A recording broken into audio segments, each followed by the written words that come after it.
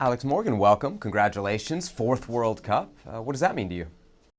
Wow, fourth. It means a lot. Just being able to endure being on this team for 13 plus years it's hard. It's challenging, and it really tests you mentally, physically, and to be alongside Kelly and Pino in our going for our fourth.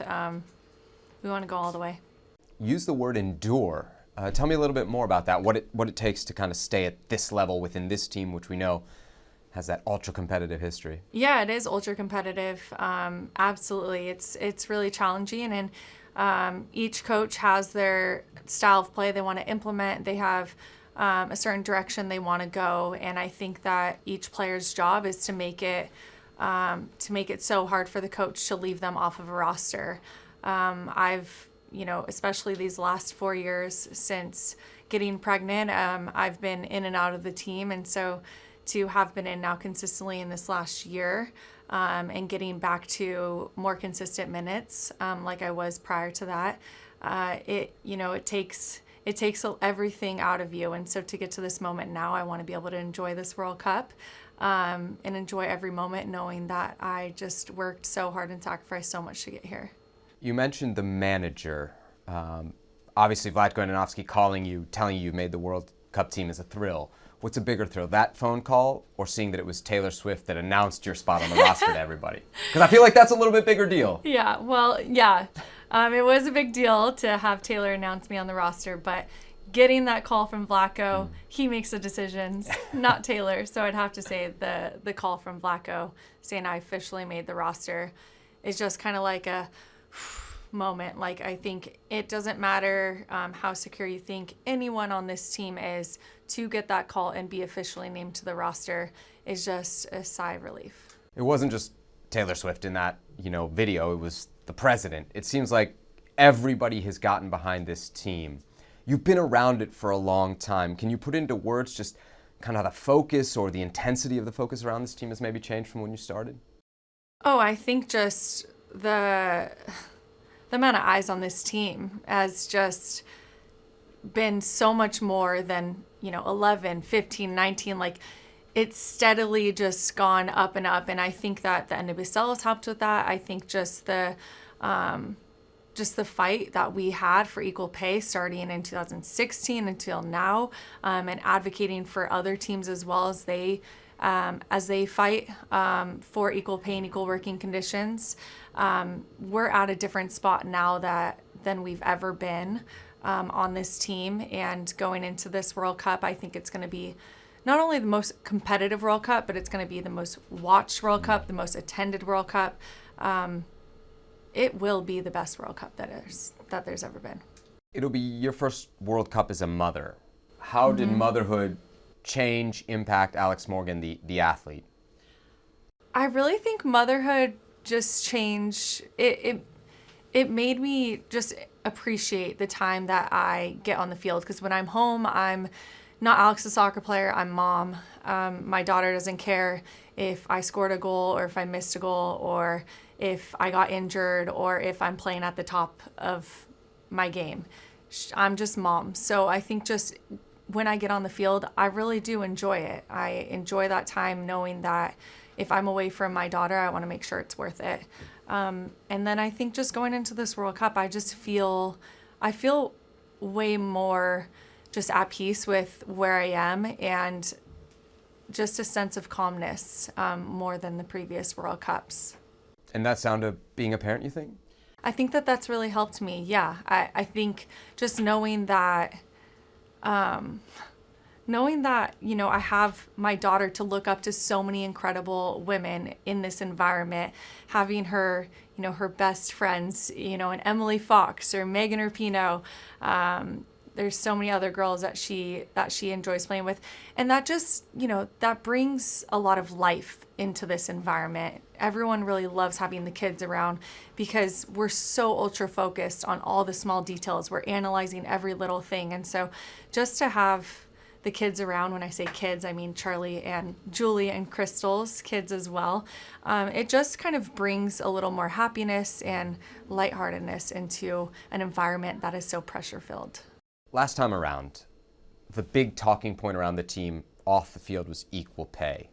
Now you've got it on paper. What will it mean to represent the United States, U.S. soccer now, with that in hand, which you didn't have 4 years ago? I mean, going into this World Cup, we're not in a battle, an active lawsuit with our employer. Like, we are on the same team now, and that feels good. Like, our focus is on winning the World Cup, and that's it, period. And that feels really good. We are taking care of the small details, and we're just in a different place than we were. So I think that this tournament is all about these 23 players, the 14 new players who have never played in a World Cup before, some of us that have played in our fourth, and some all in between. We're coming together and we're doing something that I think is going to be incredible, and I'm very optimistic for our chances this World Cup, but it starts with Game 1 against Vietnam. People will talk a lot about a title defense, but how much does what happened in Tokyo at the last Olympics, which I assume was a big disappointment for this group, kind of fuel you for this tournament? Honestly, it's hard to feel like the Olympics in Tokyo and the World Cup in New Zealand and Australia have much of a connection because it was just such different times. Our families couldn't even go over there. I was away from my daughter for 35 days. The team was in a very different place. You look at even the roster personnel, it's so different. So I think that that's behind us. I think people also want to talk about a potential three-peat. That's not what we're focused on. Like, we are focused on this roster right here, like these 23 players under Vlatko, and doing something that that previous rosters have been able to do before and win a World Cup. We're not looking at before. We're not looking at last World Cup and score lines. Like, it's all about this World Cup. Like, that's what we're focused on. One of the big points that people are making about the roster is that you're kind of the only true number 9. What do you think about that decision from Vlatko Andonovski? I trust Vlatko with the decisions that he makes, and I want to contribute as much as I can to this team. I want to make sure that I am at the top of my game come Game 1 against Vietnam in July. Like, I want to be peaking at that moment, and if he trusts in me to be his number 9, then I will show up, and I think that there's incredible opportunities by a lot of players in their first World Cup, and a lot of injuries have happened and a lot of decisions have had to be made by Vlatko, and at the end of the day, that you have to trust in the decisions he made, and we have an incredible roster that I'm very optimistic about. I wonder what your expectations are, because we hear this narrative all the time, like the rest of the world is catching up to the U.S. women's national team. When you hear that, what do you think, and how does it influence what you expect will happen in this tournament? Yeah, I think it's always funny when people say the rest of the world's catching up. It's kind of like, well, yeah, I mean, obviously, like, it's going to be the most competitive World Cup ever. There is incredibly competitive leagues around the world.